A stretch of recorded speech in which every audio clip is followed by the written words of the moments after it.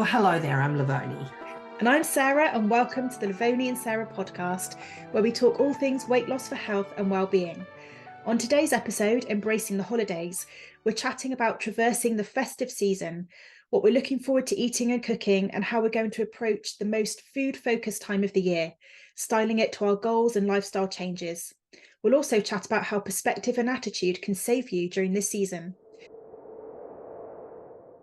Before we dive into this episode, let's have a quick catch up. Lovoni, remind me, what was your goal? How have you got on? Mine was not to, because, last week we did bloating and I had been suffering from this, and I have done for a number of years on and off. Yeah. But it had got really bad recently. So mine was to avoid the things that I think trigger foods for me, which I did. Been Success. So much better. Oh, good. So much better. Plus, I've been drinking a lot more water too.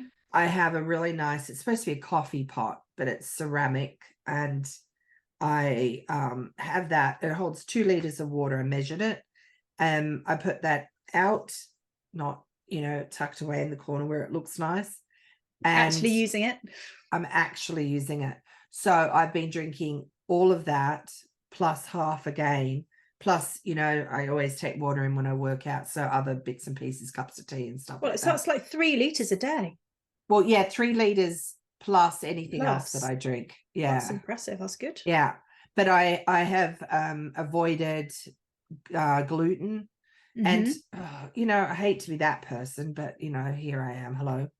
And I know some people just have to. But gluten, dairy, apart from some hard cheese, just a little bit. Excuse me. What else? Sugar. I think that's it. I'm just watching my salt. So what have you eaten then, like vegetables? I've been having like eggs. Oh, I make a really good gluten-free bread. That's true, yes. So, and it is really good. And I'm going to attempt to make a baguette, some cakes and stuff. Not that I need to eat those, but just with the season coming up. But anyway, so I have that, avocado, eggs, and sambal oelek, which is a chili paste, because I love chili. Right. Sambal oelek. It's from Southeast Asia. And there's a company here that makes sriracha sauce and the sambal, both things I love, and I use them both extensively. Well, the chilies come from Mexico. This is just a little side story here. The chilies come from Mexico, and something happened to the crop this year. And so there's a shortage of sriracha and sambal from that particular company. There are other brands, they're just not near as good. The only sambal that I could find was an 8.5 or 8 pound bottle. So that's like 3.5 kilos, a massive big bottle of it. Yeah. I think it's like 163 ounces or something, 164 ounces, a lot of sambal. So I've been putting that on everything. It's very good on eggs and avocado. So I've been having that, and then a big salad, which I'm finding that I just need to cut my portions down more, because I just like, that's another thing. If I overeat, which I did the other night, and it was with a salad, but really it doesn't matter. If you're overeating, you're overeating. And the whole thing is you want to shrink your stomach and what you can put in it, not make it worse. Not fill it to the max. Yeah, and so I was not feeling good after that. So it's just, for me, what works better is 3 small meals a day, and just being mindful, because I don't have celiac disease, so I can still have gluten. I just have to be mindful about how often and how much. So, I'm not completely cutting those things out, just being mindful of it. So, yeah, it made a big difference. So you've had a successful week then, really? I had a successful week. Yeah, what about you? What was your goal? Well, my goal was to do a dedicated twice a week for my exercise, and I haven't entirely hit that target. I've done it once, but excuse my French, at the moment I'm fucking reliant on everyone else. Just like Sarah can't drive, just to, she can't, well, she can drive, she can drive. She drives like a friggin' rat bag. But anyway. Do not. You could live here in Indiana where everybody thinks they're race car drivers. But yeah, because of her surgery. So you Yeah, so I'm just are 5 reliant on everybody at the moment. Hello, I'm Sarah. I'm 5 weeks post-surgery and I am not patient. That's me. Sarah's getting just a little frustrated, I just which want is to understandable. do all the stuff. I want to do all the stuff. But anyway, I'm nearly there. I'm nearly there. And I was cleaning was it Saturday or Friday? I sent Sarah a message and I said, oh, you're going to be jealous when I'm cleaning the house. It's a sad time when that's actually something that she I'm was actually she was a little envious. Envious. Anyway, but you went one day. I mean, I have been 5 weeks post surgery. You've been, and you want to go more. And it's just you can't drive yourself there. I can't. And I did very well. So I increased everything that I did when I went at the weekend compared to the week before. So upped the length of time on the bike for my cycle, and increased the resistance and increased the weight and how much I did with my arms and everything. So yes, definitely made an improvement. Fantastic. I just didn't do as much as I would ideally like, but I'm not blessed with patience at the best of times, and now it's really starting to test me. But so anyway, can you get somebody to take you like during the day when your mum's there or something? Well, I know they've got to wait. We're Thursday already, aren't we? This week's just flying by. We're fingers crossed for Sarah that everybody please keep the nod to drive. Because I go next week for my 6 week on the actual 6 week day appointment to see another physio session, which will be really great because that'll help me push on a bit further, and to see my consultant, and everything crossed that he says that I can drive. I have had a good talking to from my assistant. Says, Sarah, you do understand that just because you can drive doesn't mean you've had the green light to then do everything in the world. I was like, okay, but you know, let's, even if that would be a nice little step forward, wouldn't it? Because it's the bending that's hard. Because I think that might be 12 weeks, which is but anyway, if that is the case, I'm halfway there. We're halfway there, yeah. And I'm sure leading up to the 12 weeks, I know what you're like. I'll be fine. Might sneak a couple of bends in there, but don't do it yet. No. Okay. So we've today begun our little festive season. I know we're starting to go into this festive countdown. We're looking festive-y. Yeah. Festive-y, is that a word? Anyway. Festive-y, it is now. It is now. And just to draw attention to, I said to Sarah, oh my God, my boobs just look enormous in this top, like old lady boobs. But just to draw attention to that, I've got like the Christmas what trees. You've made sure that you've done is slap a whole load of Christmas trees across them. Yeah. I'm just changing the there. Well, that's back to where it was. And so today, and Sarah looks gorgeous, I've sparkled up. I've as always. Sparkly earrings on, and I've got my only decoration that I have up in the house so far is my two little lit up Christmas trees behind me. That's it. So is it are they battery or plug-in? Battery. Yeah. Okay, they're very cute. And is it paper that they made of paper? When you get them, they're just flat, and then you fan them out and they stick together, and then you just wrap the little wired lights around them. So I've just got some rusty old baubley things behind me. You and your rusty baubles, you're fine. I'll fancy it up a little bit more next week. Well, but Sarah looks like that she's just Sarah's stylists have just left to do her hair and stuff. I was saying to Sarah, oh, my friggin' hair, I'm not going to get it done until the 12th. I actually like it a bit sort of floofy like that, but you're not. This is just au natural. Yeah. Well, and it's better if you don't have headphones on. But anyway, things we do. Vanity. Sarah just pulls it off, like in the photos. Can't get a bad photo of her. I will one day. Believe me, there are some. I can see one. I don't believe you. So the festive season, yes, it's a wonderful time for a lot of people, but it's also sad for many people. Touch of sadness. Like I'm excited to go home, but I'm sad that my hubby and puppy can't come with me, and really sad that my parents aren't there. That I'm finally going home for Christmas. I haven't been home in so long to spend a Christmas in Australia.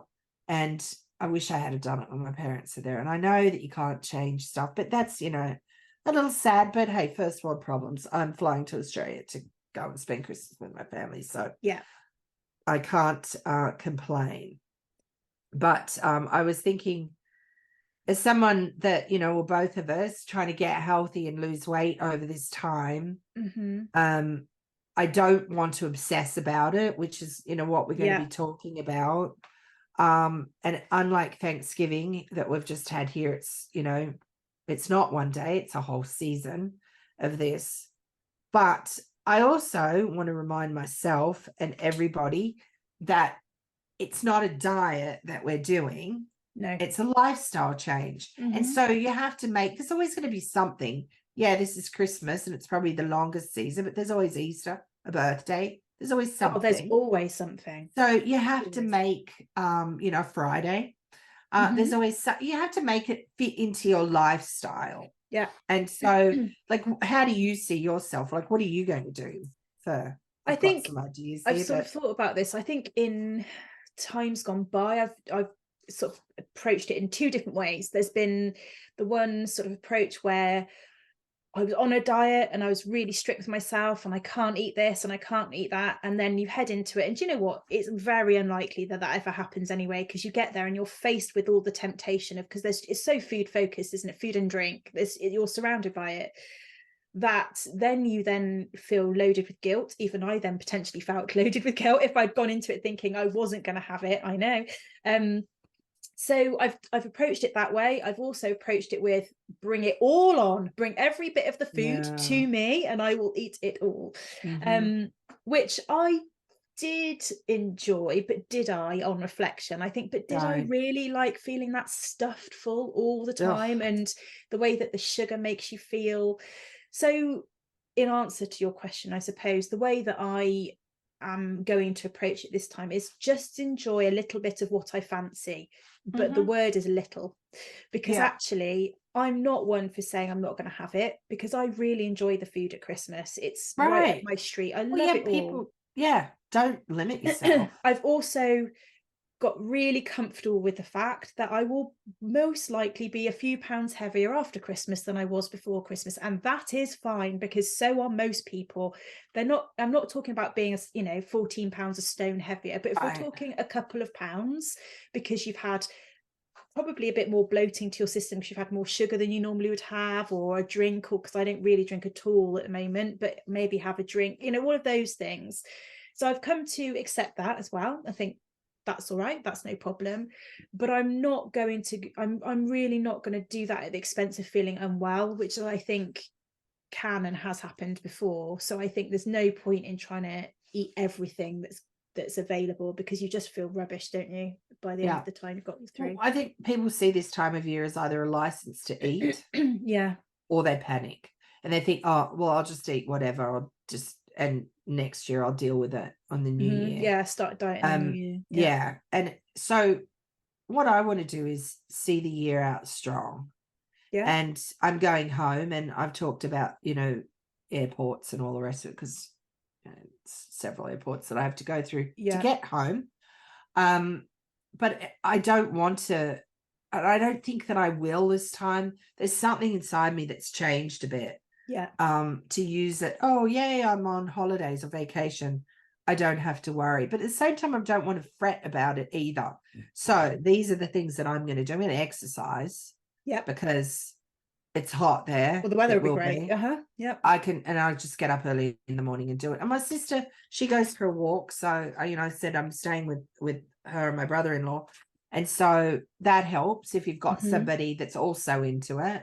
Plus, she's trying to lose weight, so she doesn't want to, be eating crazy. She's a great cook, so, there'll be lots of salads and things, and I'll make some stuff too. Lots of grilling, but we'll also eat out. But really, at the end of the day, it just comes down to if I'm out, what's the best thing on the menu, I think. What seems to be the healthiest. We're all going away for one of my cousins is having a big birthday. And we saw the menu ahead of time and had to choose the main. And so I chose the thing that I thought was the healthiest thing on there, which was a fish dish. So just, little things like that on But the plane, same thing. Do you choose the healthiest at the expense of your enjoyment? No, it has to sound good. Yeah, exactly. It has to I'm sound like, good. And it was barramundi, and that's why I Okay. chose it, because I can't get barramundi here. Well, I probably Uh-huh. could somewhere. I used to in Canada once upon a time, but so it was just, that was really one of the reasons, because I thought, well, I may as well eat it while I'm home, and I can. But no, I won't do that. I won't think, oh, well, I'll get that droll sounding salad Sacrifice and not all the time. pasta. Yeah. No. Like on the plane, I get to choose the meal beforehand. They'll just send you out an email, say, hey, what do you want? And really I just look at the fact that the carbolicious part of it, like, do I really want, and I mean, they're small portions, that's really how we should eat. So, massive, are they? but usually and you don't have to choose, because often what I find is I might be feeling virtuous that day, and then I'll get on the plane and think, oh, I wish I hadn't ordered that. So I don't know, I might not pick it. But it's just not obsessing about it. Yeah. But just, okay, faced with this or faced with that just, I know that will be better. Or like, Debbie, my sister's made a fruit cake, and she's going to wait till I get there to have it. Now, the good thing about fruit cake is there is a lot of fiber in it. The bad thing is there's also sugar in it. But just to have a little piece of it. Yeah.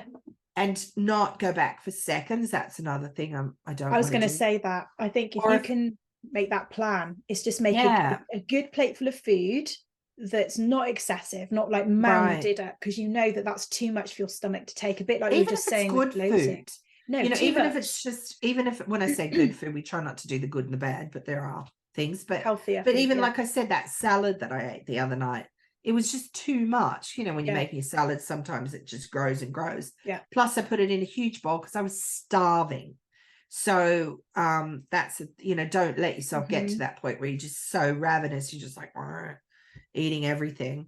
But even if you're eating good stuff, I mean, you don't want to overeat that either. No. So things like, I thought, mince pies, which I love, that aren't very popular here, all those things. When I go home, I like to eat stuff that I can't get here, like pies, but just have half of a one, that's okay. Oh, Lovoni, I'm gonna challenge you. Half a mince pie. Well, yeah, I know they're little, but yeah. No, come on, you can't eat half a mince pie.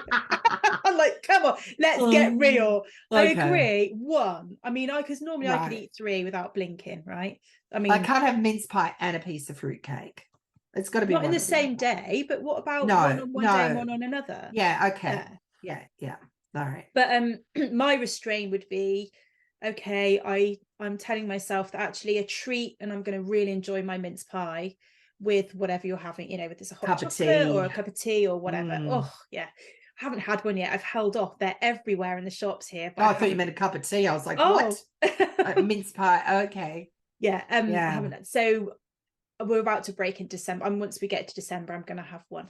But I think that to have a mince pie with a cup of tea, that's fine. But really, then to go back again and again, that's when it's gone out of control, isn't it? Yeah, or not having the plate full of food in front of you.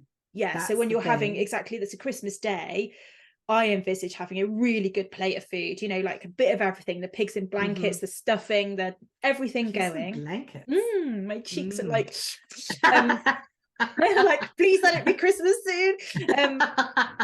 But then it's not, a good plate full of food is enough. It doesn't have to be mounded up so I can only, cram it on. What else can I get onto that plate? And as you said, it's not going back for seconds, because do you know what? That first plate was plenty. Yeah. Plenty's the word, isn't it? You've had plenty. I didn't put much on my plate for Thanksgiving, because Thanksgiving here is like Christmas to me, in Australia. And I probably ate half of what was on it. Why? I don't know, just because I'd cooked it all. I think that was part of it. And I just didn't feel like it. Yeah. So that's, and if people could do that. My sister-in-law, lost 60 pounds just by cutting everything, all the portions in half. Mm-hmm. And I think, wow, good for you. If people can do that, that's good. Definitely Then you're eating a not smaller forsaking amount. anything. The Yeah. thing that I then get stuck on though is when it comes to dessert. And I think we've talked about this back at Easter. When there's multiple choices and you love them all, don't laugh. This is quite serious. How do you make that choice? Can't you just have a little sliver of everything then? Well, how many are we talking? I don't know. What if there's 4? Well, you have to show some fucking restraint. I don't have any. Just have like 2. Or yeah. 1. Do you know what? I need to really hone in. And I used to do this to my son when he was little. He's like, I don't know which one to have. When it was a sandwich or something, I said, shut your eyes. Multiple and imagine... choice. But shut your eyes and imagine you're tasting it, and which one in your imagination right now tastes the best. And you'd be like, oh, okay. And then he can make his choice of the sandwich, because otherwise we'd have been there for ages. Ever. Let's move on. So perhaps I will do that and think, okay, I'm going to give myself 2, but really small portions. Yeah. 2, because I think 1 is just and beyond... you haven't missed out, Sarah. No, I'm going to be all right. And but truly, of those, let's say there's 4, truly of those 4, which ones do I really, really, really love? It's a bit like, I always think I love a chocolate dessert. I always think I do. And then I eat it. Now, don't get me wrong, I get through it, lovely. And then you feel sick. Did I really enjoy that? Yeah, that's the thing. Or like when you eat too many chocolates, you've stopped enjoying it a long time ago. Now then you have to have something savory to go back to the chocolate. But don't you think you've put like 6 chocolates in, and then you sort of like, actually I probably stopped enjoying it after number 3, but I've just happened to have put another 3 in my mouth. And that's what you need to try and be a bit more aware of, is what you're actually enjoying rather than being mindlessly eating. You know what, another thing you could do, because if everybody gets a different dessert, then you could just go around and have a spoonful of everybody else. I'd be like, if anyone tries to dip into mine, I'm stabbing him. Get off my dessert. Or just get a spoon and just have a spoonful. You get 4 clean spoons, and just spoon it straight out of just a little spoon. No, what are the desserts? I was gonna say, do you know what I can't wait for is Christmas pudding. Oh my gosh. Oh my God. My cousin Robert, I've got cousin Robert in the US, a cousin Robert in the UK, and a cousin Robert in Australia. My Aussie cousin makes the Christmas pudding every year. And that's just what happens. This year, my sister informs me, and it's not easy. He does the boiled one, where you rub got to get the calico hot, blah, blah. Right, rub the flour on it, got to get that skin on it. She informs me that he's probably not going to make it. And I'm like, okay, that's like going to your favorite restaurant and finding out the chef is not working that night. No. Why is he not making it? Because he's busy and he's away working at the moment. I'm like, no, I'm sorry. He has to make it. That doesn't cut it. He has to make it.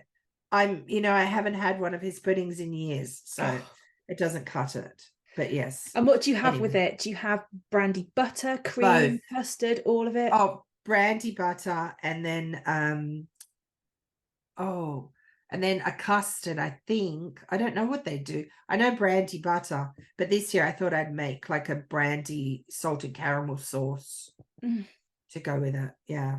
This is probably not helping people, talking about bloody dessert. But the thing is, you can start to pre-warn yourself, prepare yourself, because actually a bit like, okay, I'm going to make my decision, which is my... just making a plan. So. Just making a plan. Yeah, it's making a plan. But I think obsessing would be like counting all the calories, working out exactly what I've got to eat in the day. No, none of that's going to happen. See, what I find... Oh, sorry, go on, And I think the other thing that I'm probably going to do is maybe miss out some other things. So if I'm going to enjoy really a much bigger lunch than I normally would have, then I won't have a breakfast that day. Brussels sprouts or beans. Oh, I love Brussels sprouts. Yeah, no, I know. I do too. Do you imagine some people don't like them? Anyway, then you just cut down on other things. So that's another way of doing it, isn't it? You think, okay, I know I'm going to have a much bigger lunch.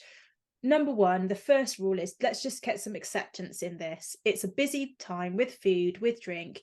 You're going to have more than you normally would have. fine. So but let's try and work out a way then that I'm going to feel comfortable. And that's going to be different for everybody. It's what's my comfortable might well be different to yours, which might be different to somebody else's. And I think that's the other thing. This is not one size fits all, is it? No. Because some people maybe not be fussed on dessert, but they want to have some extra drinks, or you know, whatever. You can't make this a very sort of prescriptive thing, I don't think. No.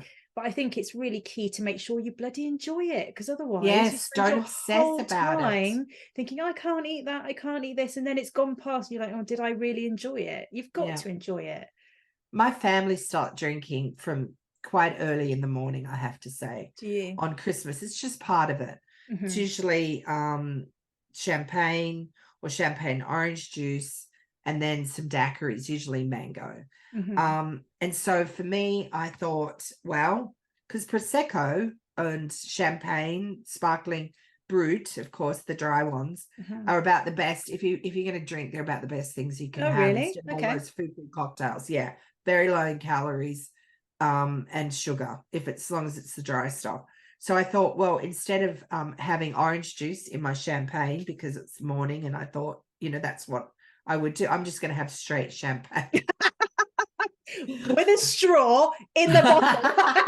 Well, no, because orange juice is, you know, it's a lot of sugar. It's a lot of sugar. Even if it's freshly squeezed, it's a lot of sugar. It can really spike your But do you glucose. enjoy orange juice in it, or do you actually prefer it plain anyway? It depends on the juice. It just depends, really. Because I just think really one glass of orange juice is not going to make that much different in the mix of things. Yeah, but it's not one glass. No, but then you could then move on to having it without orange juice a bit later. No, as the day I'll moves just on. have it straight champagne. Just go straight. And it'll be champagne, because my sister and brother-in-law usually Yeah. have champagne, so it'll be champagne. Yeah, no, I'm just going to do straight champagne. Okay. And then when it comes to the mango daiquiri, well, that's just rum and mango. And I mean, I'm not going to have a whole lot of them, but and maybe simple syrup, but I think they just do rum and the mango. But, you know, at least there is some goodness in the mango, because it's all the mango, it's all the fruit. So you got the fiber in there. That's my justification. Anyway, and then wine with lunch. And brandy in the evening with your mince pie. Yeah, no, not doing that. I know I like cooking with brandy. I don't like drinking it. No, I don't like drinking it around, but once I can't do port. I wake up with a shocking headache in the morning. Yes. So what about some exercise? Is that, you know, I want to keep that up over the holes. So, you know, going for a walk, of course, especially after dinner. Last thing I feel like, but you feel good for doing it. Or a swim, right? But I think one of the things that I've made a note of here, because I think a lot of people don't do this, is they're so busy running around shopping or getting food or cooking, or just, you know, some people they're sad and they're in a funk, because that does happen. That to take care of yourself over the holidays, like leave some time for yourself, because I think that is really important. Whether it, you know, do a little pedicure on yourself, or just do something, just be kind to yourself, you know, the people that are alone, or you know, try and connect with somebody, whether it's, you know, they go to church, or you know, ask somebody to take them if they can't drive, just to connect with people. If people can afford it, maybe go take yourself for a little pedicure or something, or do it on yourself if you can.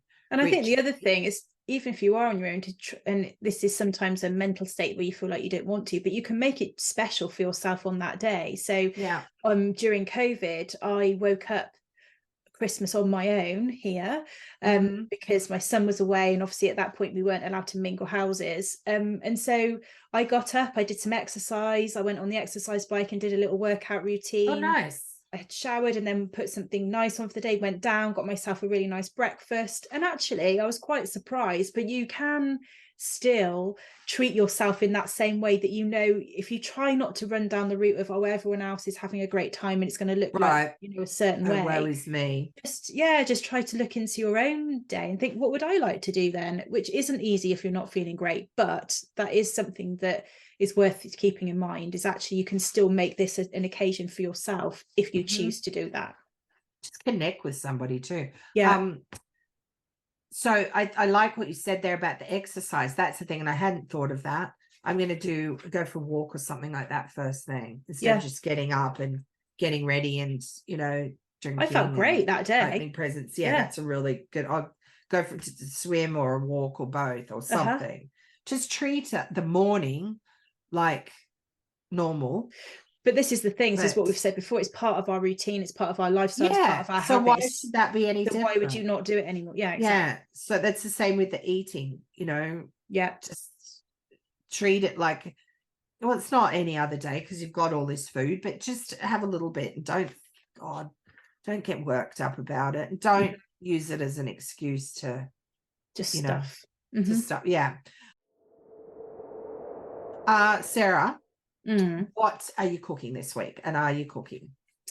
I haven't been cooking a huge amount, but I just thought I would like to share what I have been eating, because I've been getting back into that routine of eating well and looking after myself, but I just thought I might share that. So I've been having homemade porridge every morning, and I've been putting prunes on it, and I've been putting nuts on it. Do you not like prunes? No, I love all of that. Oh, there's not much I don't like. Okay. I didn't get this way by not liking food. This has been an investment. Yes, a lot of money. Yeah. So I've been having a porridge for breakfast, and then something like scrambled eggs with a sourdough toast at lunchtime. In the afternoon, if I'm getting hungry, I will have a cereal bar or like a granola bar as a snack, or a banana or something like that, and then cooking a smaller meal, like you said, trying to think of my portion sizes in the evening.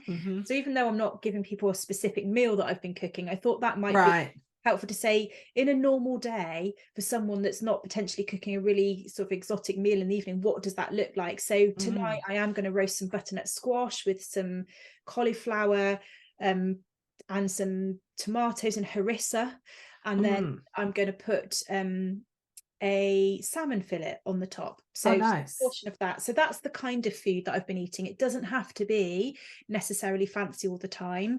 Yes, it requires 5 minutes to make my porridge, 5 minutes to make my scrambled eggs at lunchtime. So that's that's the kind of routine of meals I've been having during the day.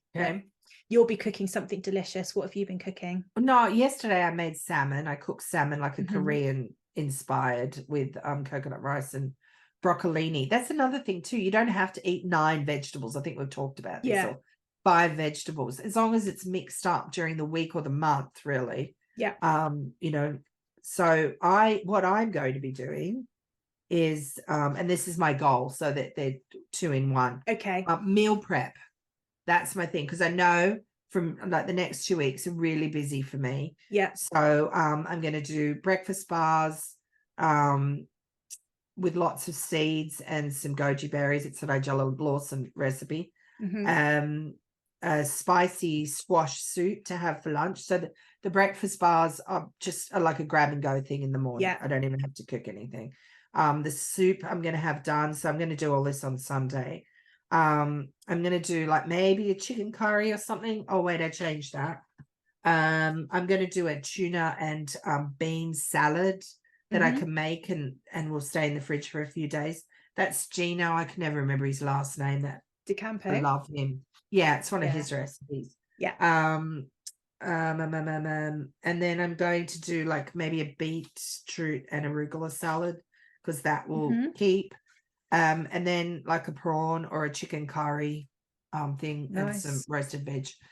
So what's your goal for the week? So that's a combination of mine and food I'm eating and my goals. So quickly, what's your goal for the week? I'm going to do the same then, Lovoni. I'm going to do some meal prep. Meal prep? Yeah, I think that's a good idea. And I think that would be good to get me between now and Christmas to get some meals prepared, planned, that I don't have to think about too much. That's what I'm going to do too. Okay, good.